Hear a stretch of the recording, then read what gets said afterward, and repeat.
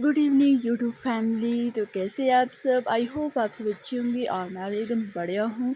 तो गाइस, यहाँ पे मैं पुदीना डिब्बे में इकट्ठा क्यों कर रही हूँ, क्योंकि मेरे को बनानी थी आज चटनी। और साथ ही साथ मम्मा बोल रही थी कि तूने सारा सामान बाहर क्यों निकाला है।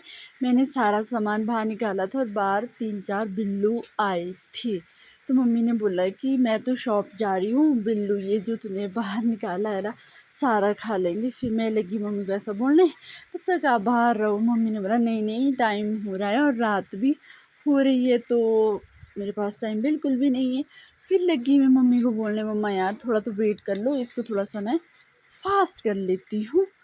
फिर मम्मा, जैसे मम्मा ने बोला कि शॉप भी जाना है, तो मैंने बोला मेरे लिए थोड़ी बहुत चीज़ू लाना। मतलब मैं इतनी बड़ी हो गई हूँ फिर भी मुझे चीज़ू खाना है भाई। चिप्स लेस तो मेरा डेली का ही है। थोड़ा बहुत मैंने कम भी कर लिया है, बट मैं खुद से ज़्यादा कुछ भी नहीं लेती हूँ। हाँ, कभी मम्मा लाते हैं तो मैं ना खा लेती हूँ। तो गाइस, फिर मैं उसके बाद यहाँ पे फास्ट कर लेती हूँ अपना काम।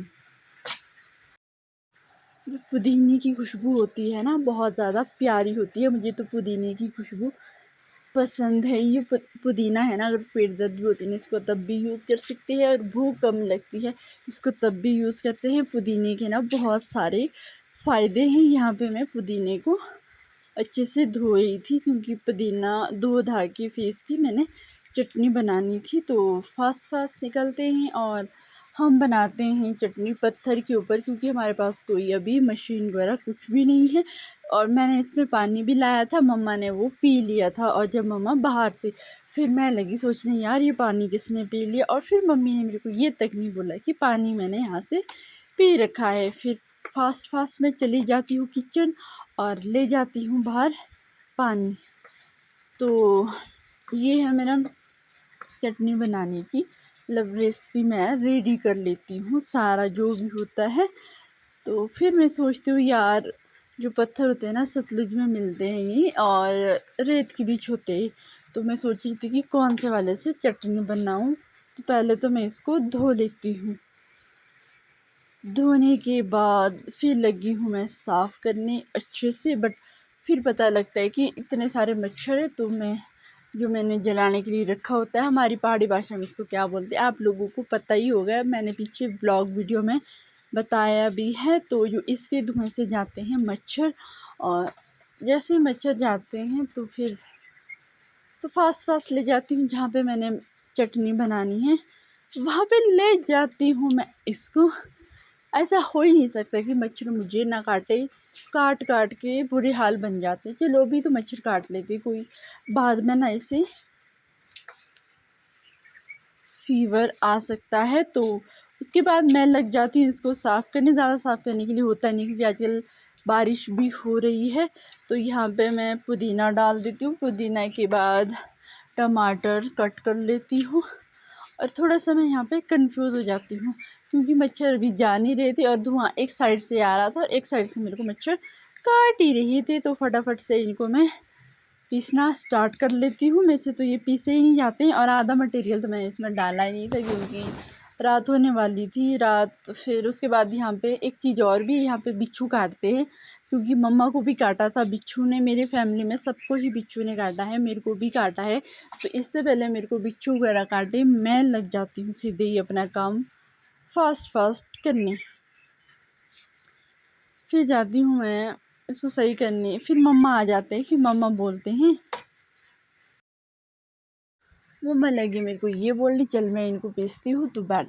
फिर मैं भी सोची मम्मा ऐसे कैसे बोल सकते हैं। मम्मा ने बोला कि उस पर मैं मिर्च देने लगी। मम्मी बोला मटेरियल क्या क्या डाले हैं। मिर्च बहुत कम डालते हैं, क्योंकि मिर्च मेरे घर में बहुत कम खाते हैं। फिर लगी हम यहाँ पे नमक डालने।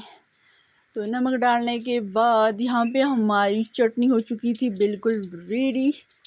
तो अब इसको थोड़ा सा पीसने के लिए और रहता है। और मेरी मम्मी है बहुत ख़तरनाक, थोड़ा सा नमक ज़्यादा पड़ गया था, मम्मी ने वो नमक थोड़ा भारी फेंक लिया। और बाद में पता चलता है कि नमक थोड़ा कम है। गाइस, मेरी मम्मी है बहुत ज़्यादा ख़तरनाक इंसान।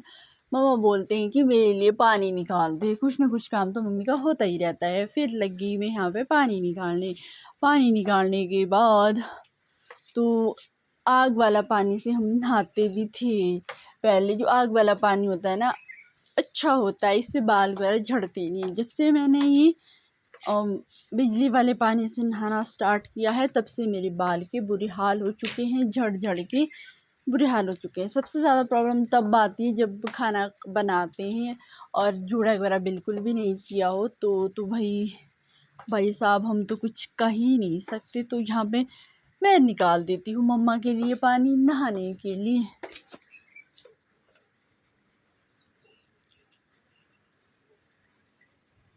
तो फिर चली जाती हूँ मैं वापस मम्मा के पास।